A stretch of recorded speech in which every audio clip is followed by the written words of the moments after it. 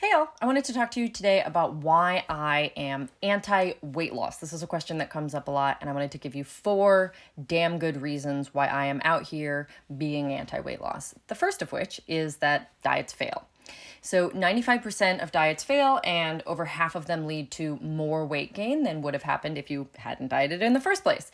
Also, I've met and I've been part of the other 5% of people for whom diets work, and I can assure you that most of those people qualify for either disordered eating habits or eating disorders, and that is not necessarily something that I believe we should be aspiring to. But also, I would feel really differently about this if diets worked. If we had a safe and effective way to lose weight, I would feel differently about this. But we don't, which means that it's kind of like saying, "Oh, should we be tall? Should tall people exist? Should we be worrying about tall people's health? Should they try to be less tall?" Like that doesn't make any friggin' sense, right? Because we know that a tall person, even though they may have some health issues associated with being extremely tall, we know they can't do anything about it. And so I don't understand why we're still having a discussion about whether or not a person should be allowed to be fat when we don't have a safe and effective way to do anything about it, which we don't because diets fail.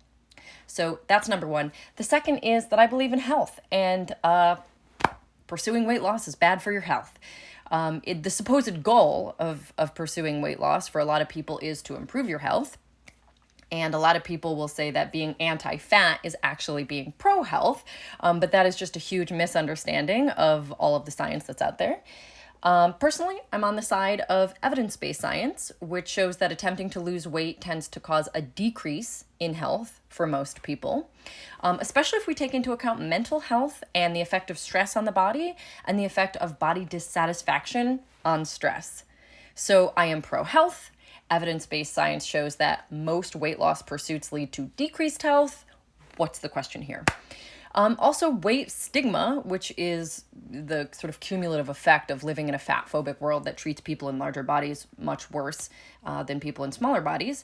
Weight stigma is shown to be really bad for people's health and far worse for your body than just being fat, which means that continuing to talk about weight, continuing to weigh the options of should you be fat, is it okay to be fat, is it healthy or unhealthy, all of that conversation contributes to weight stigma, which is bad for health. So again, I'm pro-health. That is why I am anti-weight loss.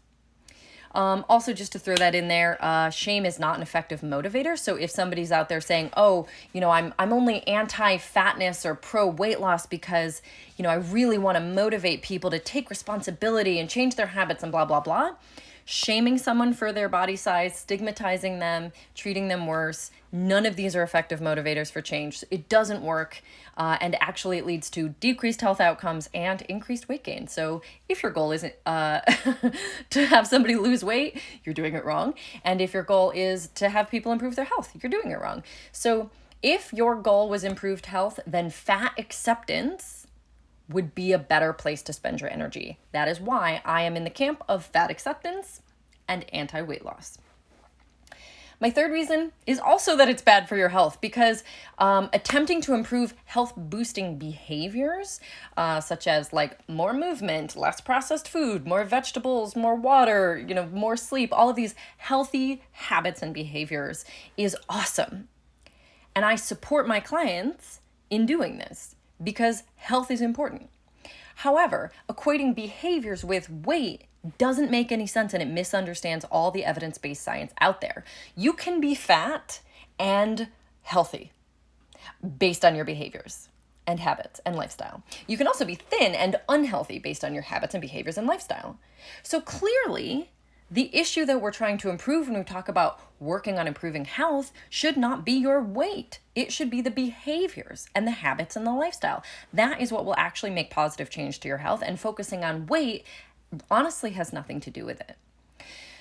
But focusing on weight has a negative consequence, which is that talking about it, stigmatizing people who are at certain body shapes and sizes, and continuing to perpetuate the idea that being fat is unhealthy or bad or lazy or whatever, all of that contributes to weight stigma, which we know decreases health for everyone in a large body. So again, if your goal is health, and mine is, you would be better served by being anti-weight loss and pro-fat acceptance. I hope that makes sense. And then the last reason that I am anti-weight loss is that this is a social justice issue. I work in the body acceptance space, which was founded upon the body positivity political movement, and that was founded on the fat acceptance movement. And both of those were created to fight systems of oppression of people in certain kinds of bodies. So I believe in equality and liberation for all people, no matter what shape or size their body. I don't believe that anybody deserves to be oppressed, no matter the shape or size of their body. Now, here's where this gets interesting, because if you think some people deserve their oppression because, I don't know, maybe you think being fat is a personal failing or a personal choice, maybe you think they just didn't try hard enough to lose weight, then I'm going to have to refer you back to number one, which is that diets don't work. And also that shame does not lead to weight loss. It actually leads to weight gain and decreased health outcomes. So again, if we had an effective way to lose weight, this would be different, but we don't. We do not have a safe, healthy, and effective way to lose weight. And most pursuits of weight loss lead to decreased health outcomes.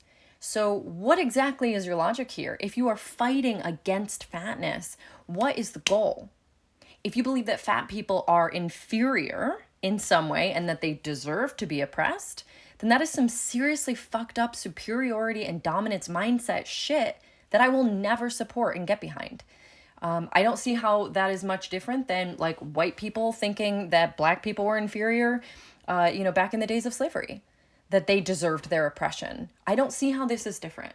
So from a standpoint of social and political justice, I will always be anti-weight loss because I am pro-equality and liberation for everyone, and I don't believe anyone deserves oppression. So I'm not okay with participating in that narrative. I believe in upholding the dignity, humanity, and right to equality of fat people because I believe in upholding the dignity, humanity, and right to equality of all people. So that is why you will see on my page that I am anti-weight loss. I hope this makes sense. There's so many more resources you can learn about this stuff. There's so many places that you can get the actual evidence-based science that shows what I'm talking about here. You can read Health at Every Size. You can read Body of Truth by Harriet Brown. You can read Intuitive Eating. You can read The Fuck It Diet. You can read so many things. DM me if you have questions. Leave comments if you're not sure where to find this information. But this is why you will only ever find on my page anti-weight loss rhetoric and pro-fat acceptance rhetoric. This is what I'm about, and if you are not about that, you can find your way off my page. Leave a comment if you have questions. I'm excited to talk about this stuff, but I'm definitely coming out stronger and stronger in what I believe these days, so you can just plan on seeing more of this on my page.